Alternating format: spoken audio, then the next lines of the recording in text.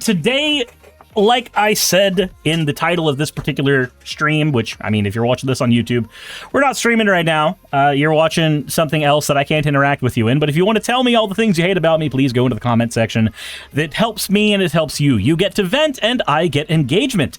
That said, we do need to get into fan art. You are correct. And then we're going to get into making fun of some weird, funny Facebook things. So let's go ahead and pull up fan art. Let's see where we are, where that's concerned.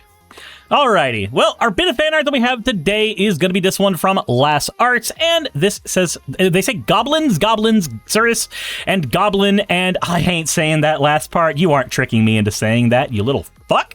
Sandra says, so if I start speaking like an anime villain, I'm sorry?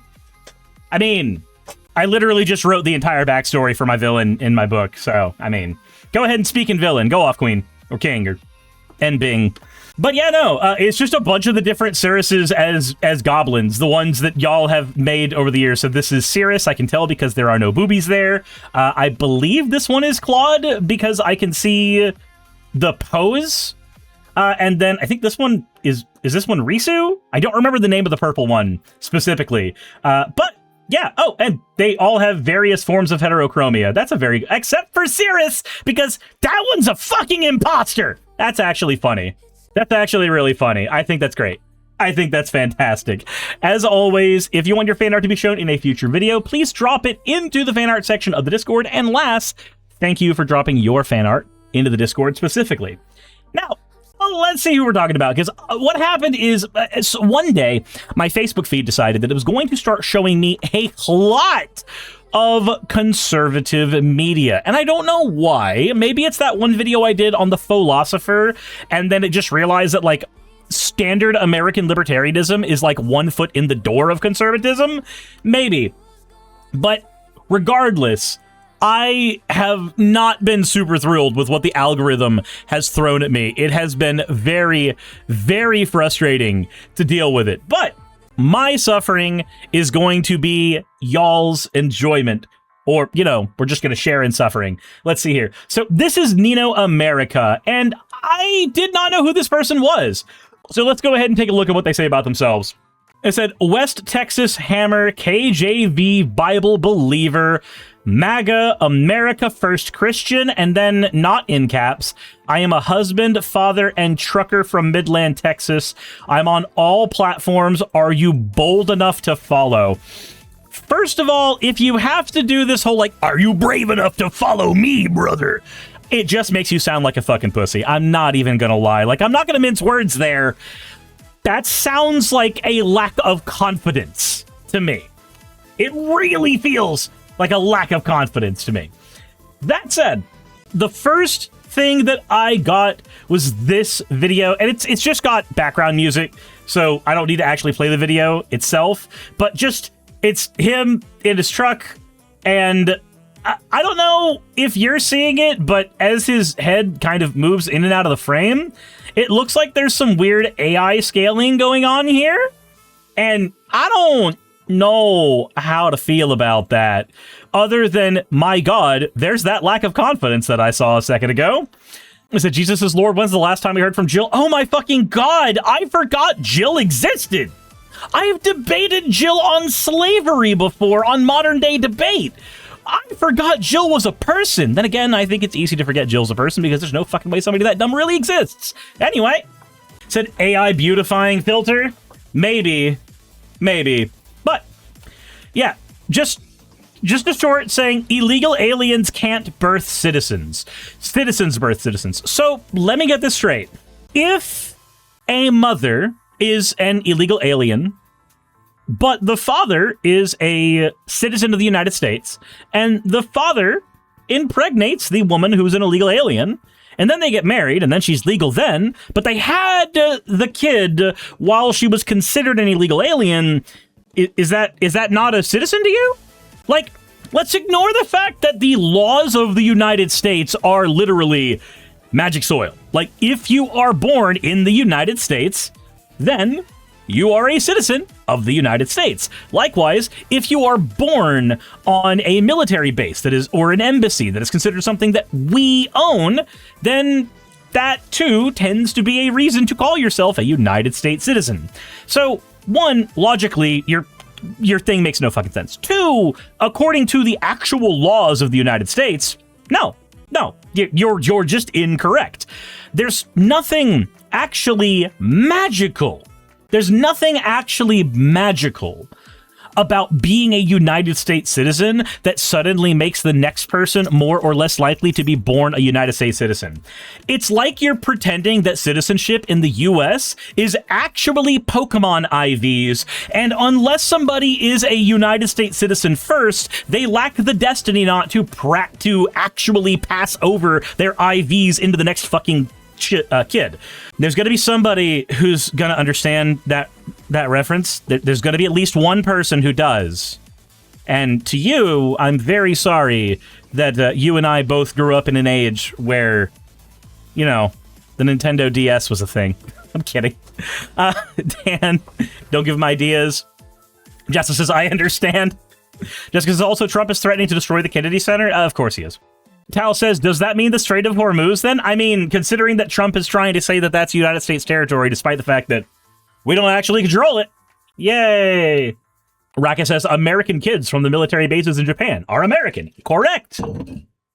Again, this is just a person not understanding anything about how our laws work, and even if our laws worked differently, I'm sorry, but I don't care. I'm of the opinion that borders are arbitrary anyway. So I'm just operating with what I got here. If it's only citizens versus citizens, that most of the U.S. population isn't citizens. All right, let's take this last one. Or this next one. Reminder, Donald J. Trump is still president. I don't know what I'm supposed to get. Also, are you getting the weird AI filter shit too? Again? Like, why is his face do the weird artifacting? That's so weird. I think it's either AI made or an AI filter. One of the two. But reminder, Donald Trump is still president. Okay. And reminder, Biden was president last time, and y'all kept bitching about that, saying that he didn't get the presidency legitimately. So, I mean, why should I care? What's this next one? Stop targeting ICE. Oh, he actually speaks. 35 years. You've been here for 35 years and you never got your papers. You think that's okay? Yeah, actually.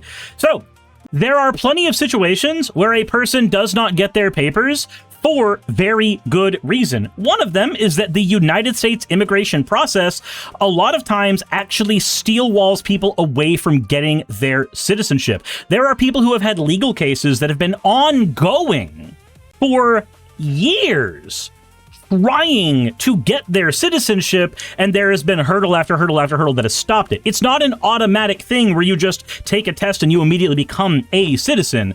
The legal battle that a lot of people have had to face has been fucking grueling. There's also plenty of people who have lived here under green card status, and that's been perfectly reasonable for them for so long that they've just basically adjusted to it.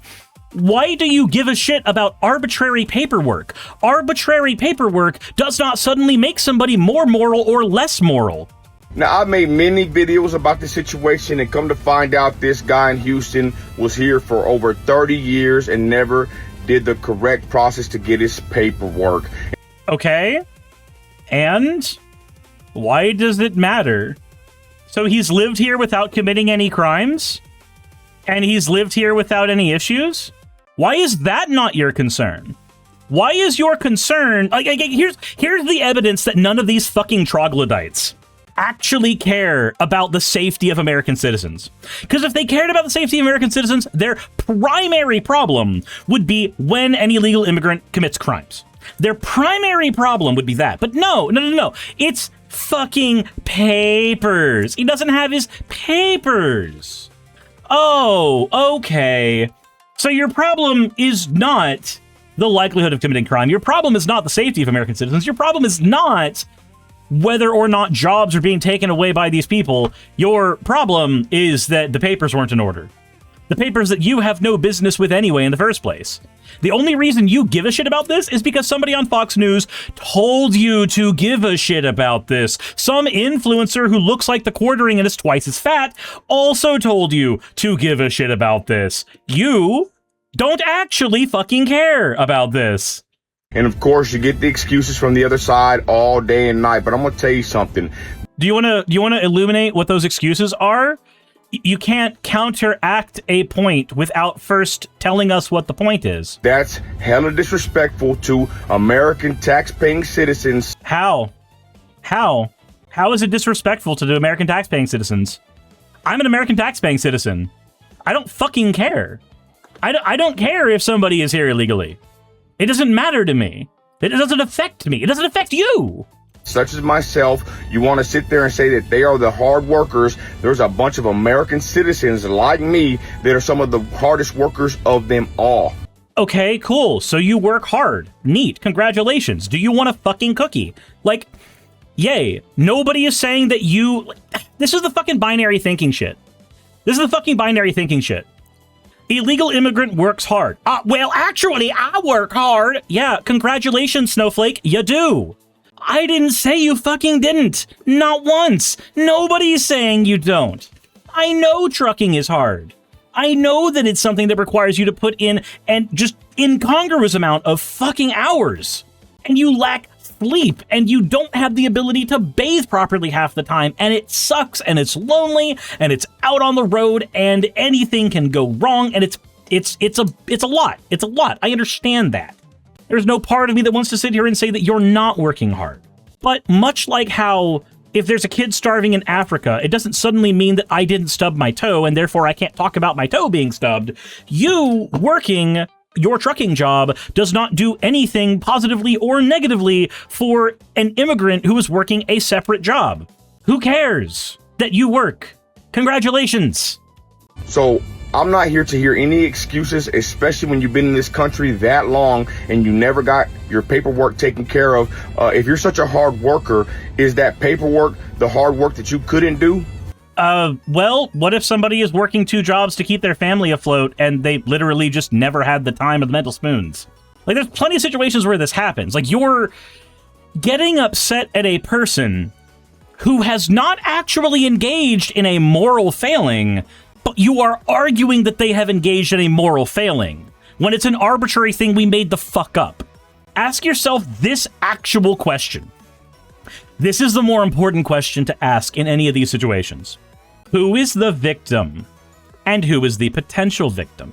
You see, like how any crime should need a victim, for you to be upset about something that is a crime, I think you also need there to be a victim there, or a potential victim. As an example, click it or ticket laws. We can argue day and night about how bad they are, but at the end of the day, the reason that they exist is so that you don't become a fucking projectile that somebody has to then clean up afterwards, or who becomes a danger to somebody else afterwards. They are there because there are potential victims for that decision should you get in a crash. A person being here does not automatically mean that there are potential victims of rape or what have you. Because anybody being anywhere suddenly means there are potential victims. So if anybody being anywhere means somebody's a potential victim, then we can't count that. There's no particular higher propensity just because somebody is an immigrant that they are going to engage in one of these behaviors that is immoral. So, again, ask yourself, is there a victim that I am advocating for? And if there is not, the follow-up question is, why the fuck do I care? Why the fuck do I care? If somebody has engaged in an action where there is no victim, I personally do not see a reason to give a flying fuck. And honestly, you shouldn't give a flying fuck either. Who cares? Start to care the minute that there is a victim. Start to care the minute that somebody has been hurt. But don't start to care when somebody told you to fucking care. Think about that. To be a citizen in the United States of America, it's a privilege, especially if you're not from here, and you should respect the law. It's a privilege, especially if you're not from... There's nothing so unique about people who aren't from here that makes it more of a privilege for them to be an American citizen. I'm gonna be honest, I don't consider it a fucking privilege. I consider it more of a curse. You're saying that I'm privileged to be in a place where my employment opportunities are completely limited by the trade schools that I can't afford, or the ability to get into a school that I can't afford, or to work a job that I specifically fucking hate, as opposed to leaning into my skill set. The only thing that actually lets me do what I do is the fact that I have a wonderful audience that lets me do what I'm doing. I quite literally have to jingle a tip jar in order to survive. And while that is stressful, that is a privilege. That's what a privilege looked like. I am being provided with something that allows me. I am, said, you dumbass, you ain't from here, you're not a Native American. Jessica, I was born here. Shut your fucking face. No. I was born here. Oh, to the guy. What if he was born here? Who the fuck cares? If somebody's born here, that's all that matters. It's fine. It's whatever. This whole, like, let's reach deep into the last 200 years of history to find our arguments. No, let's argue from the here and now. Let's do that. That is generally going to be infinitely more helpful. But living is a privilege, apparently. Yeah, no, like, what do I gain from being an American citizen? If I was in the UK, I'd have the NHS and I'd actually have healthcare that I didn't have to pay an arm or leg for. If I was living in Canada, then I would have the exact same thing, and it would actually be better than what's over in the NHS. If I was living in Germany, I could actually afford getting an education so that I could go into more careers and have more opportunities for my life and my potential children. Living here is not a fucking privilege. Living here is circumstance. Of the land, be a good guest in our country, and whenever you need to do your paperwork, you should do it, complete it, and when they try to pull you over, don't be endangering the public and our law enforcement with your crazy driving. And wait, you're crazy driving? So if somebody is attempting to survive because we know that ice kills people, is it crazy for somebody to attempt to survive? Is that crazy? Because I don't think that's crazy. I think that that's a basic survival instinct. Also, again, I don't know this person's situation with their paperwork. I'm actually uncertain. But let's see here. You do show this person here, but I don't know who that is. I don't know who that is. I don't recognize that person there. But let's see here. 35 years, illegal alien. Let's see if I can find his particular case and see what happened. So I don't know if this is the exact person that we're talking about, but this is a story of a person who has been an illegal immigrant in the United States for almost 4 decades. So maybe through looking at this, you can kind of understand what we're talking about here. So these are the people in question, and they are Gladys and Nelson Gonzalez. Let's go ahead and read the story real quick so that maybe you can understand, I don't know, what the fucking meaning of empathy is, and maybe understand how logistics aren't always in the favor of people who are dealing with them. So, they've called the United States home since 1989. Their 3 daughters are now all grown up. They were born and raised in California. The couple led Bible studies at their Southern California church and volunteered at food pantries during the COVID-19 pandemic. Ah, yes, these are obviously the dangerous people we should be caring about. For nearly 4 decades, they've built a life here, raising 3 daughters, giving back to their community, and recently welcoming their first grandchild. Their daughter, Stephanie Gonzalez, wrote in a GoFundMe page for the family that now they're being treated as criminals. Last month, the parents checked in at an immigration court in Santa Ana like they have been doing since the year 2000. They've been checking into this for years. They have been doing what you are telling them to fucking do for years. And they got arrested because it just happened to be this time under Trump. So they did expect they would need to depart and were planning on doing so, but not in the way that happened, said Monica Coombs, an Orange County-based immigration attorney who started working with the couple in 2018. Ah, yes. So it's been 8 years since they started working on this particular case, and the paperwork still hasn't fully gone through. Wow, holy shit, it's almost like you have no idea what the fuck you're talking about. Again, troglodyte. So we didn't expect they would be apprehended and held in custody, and again, it's not really unique to them anymore. It's happening across the entire country. The Gonzalezes spent many years searching for a viable path to citizenship, paid their taxes, never had any trouble with the law, and according to Coombs and their daughters. Ideally, the couple would have been given time to get their affairs in order and say goodbye, but that didn't happen. They just had to go pick up their car from the parking lot and didn't get to say goodbye. That's it. They've been doing it. They've been doing the paperwork. They've been doing the paperwork for 25 fucking years. They've been doing the fucking shit you want them to do. They've been doing everything right. They've had an attorney working for them for almost a decade on this, and they still couldn't get their citizenship, despite the fact that they have lived more of their lives as Americans than anything else. You fucking idiot. You absolute trog. I understand that it is incredibly hard to get basic-ass nuance when your brain operates very, very closely to the kind of gum that I would scrape off of my shoe. However, I need you to engage that neuroplasticity just a little bit and jog it and remember what empathy feels like. And, of course, Raka points out from some European countries give you nationality for living there for 5 years. Old Gus says, more importantly, Suris, they started out with the most HOA-sounding first names, Gladys and Nelson. Jesus Christ, it's almost as if it's not about going through the proper channels at all. No. Like, we deliberately make it hard. There are some people who make it through the citizenship process perfectly, but the entire reason that we have the concept of dreamers in the United States begins and ends with the fact that our country does not do right by immigrants. We don't. Sandra, thank you for reading me your points for an all wall. Time to bring some levity. Just a little bit. Just a little bit. So I'm going to make myself my 9th cup of coffee. What a moron. What an absolute moron. Do you have one more reel for me? Is there going to be one thing in here that feels basic? Let's see here. But she had a children and family. You laughed.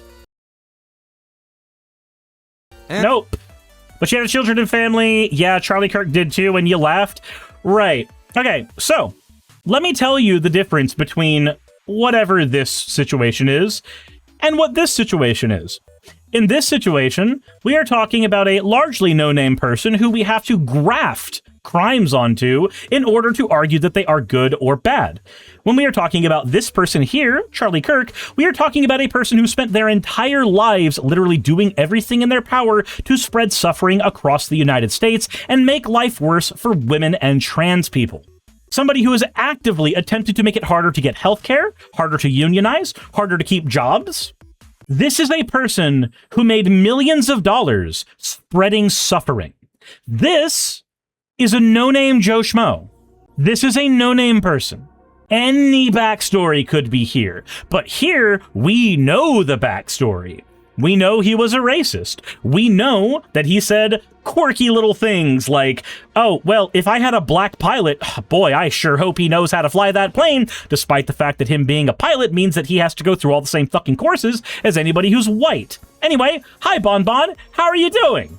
Yeah, he's anti-AFK, or anti-MLK, all that fun stuff. We laugh at Charlie Kirk dying because Charlie Kirk was a scummy piece of shit who deserved it, much like we would laugh at Hitler dying, or Osama bin Laden dying, or really anybody who you want to throw into this particular area. Also, Charlie Kirk specifically made it a point to laugh when people he politically disagreed with got hurt and or were killed. Because the assassination attempt on the politicians in, what was it, Minnesota or Mississippi, one of the two? I don't remember specifically, and I apologize for that, but I do remember him saying that he wanted to fund the bail of the assassin because they were doing the work of a true patriot. There is a difference between this person here and this person here. Mr. Random AI filter over my shit because I am not confident in how I look. Said from a person who is using a VTuber avatar, so understand I am certainly shooting from below you. But yeah, no, I think I will end this particular one on a quote from Charlie Kirk, rest in piss. There is an acceptable amount of gun deaths that are acceptable to keep the sanctity of the Second Amendment. It just so happens that one of those gun deaths was Charlie Kirk. Hey, you made it to the end. I want to give an extra thanks to the patrons who allow me to do this full time. I want to thank Aaron Rail, Astral, Britzkrieg, Jemshin, Poundini, Red Joker, Victoria, Jonas, Craig, Tarika, Fireshard, Smiling GM, John, Dren Hadamada, Creeper, Sagitta, you know I'm not saying that last part, Sylvie Snow, Valis of Seraph, Ottoman Angel, Rooster Rachel, and Fire Panda, who are all my $20 and up patrons.